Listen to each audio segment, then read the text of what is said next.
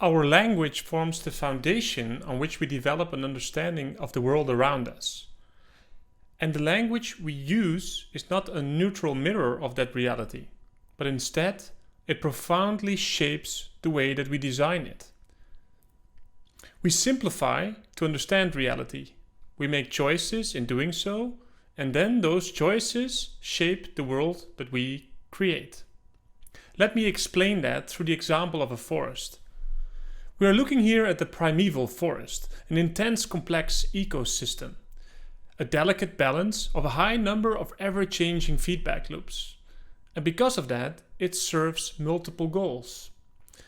Animals can hide here, other animals can hunt, animals can nest, and it becomes a habitat for a large variety of flora and fauna. But from the end of the 18th century, forests started to be governed through the lens of scientific forestry.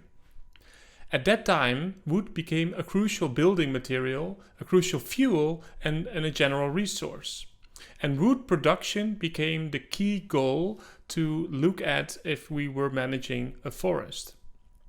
Scientific forestry introduced an abstract concept to think about that, and they called that the standard tree. And the standard tree was the optimal tree for wood production.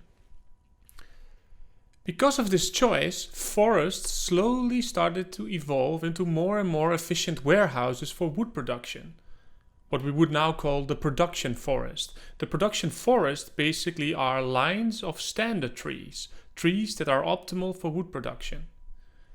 But as you can see here, this is disastrous for all kinds of other goals of the forest. No more small bushes to hide in, no more places to hunt, no more places to build your nest. And all kinds of small livestock and fauna disappeared from these forests. I would argue that a similar process happened on our streets.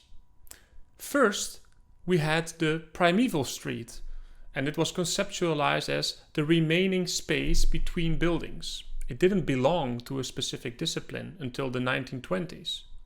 Also, the primeval street was a complex ecosystem that developed over millennia. Dynamic balances between a large number of ever-changing feedback loops. And also, just like the primeval forest, many different goals were served on this street. We can see people here trading, selling stuff, buying it. We can see children playing, adults playing. We can see people meeting each other. We can see people relaxing, and we can see people traveling. But in the 1920s, 100 years ago, this understanding, this rationality of the street no longer worked. There was a huge pressure on that street due to the mass introduction of the motorized vehicle and its accompanying speed. And in the beginning, this introduction was completely unacceptable. It literally collided with other users and use of that same street, and especially it collided with young children. And society at large considered this as completely unjust. But this pressure led to a period that Peter Norton in his book Fighting Traffic described, a period of 10 years of interpretive flexibility. Norton calls this the battle of first principles. The language that we use to understand the streets changed in this 10-year period from a language of justice into a language of control, efficiency, and the freedom of the individual car driver. And this coincided with a larger trend, a trend in which we try to change our primeval cities into production cities. We see here Le Corbusier, who was looking at the city as a rational machine, where the street was only a place to efficiently distribute people from A to B, optimize the machine, and marginalize the human. This got solidified into all kinds of norms, design guidelines, and models. Then it got solidified in laws, institutions, and behavior. Then it solidified into concrete, asphalt, and technologies. And now, 100 years later, it solidified our imagination. We can no longer see that the street and the way that we talk about it was actually the result of choices that we made 100 years ago. So let's take a look at those choices. Traffic engineering was founded in the 1930s, and they didn't start to speak the language of the street, but they were up to reinvent that language. And to do that, they first borrowed language from water management, streets as pipelines.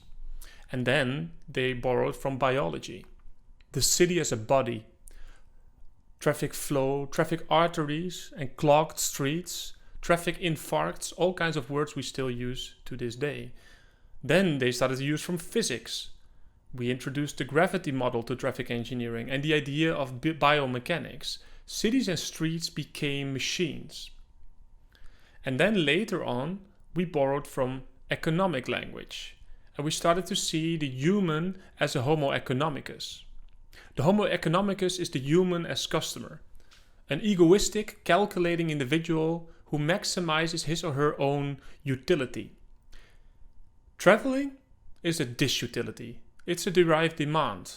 The utility is actually being at A or at B, and everything in between should therefore be minimized. This simplification allowed us to study, model, and design our streets. But it also offers us a very limited understanding of human behavior. With it, we created streets that only work for a very narrow set of goals and a very narrow set of users. And for a large part, I would argue that this language caused many of the challenges we now face to make our mobility system more sustainable, more just, and more inclusive.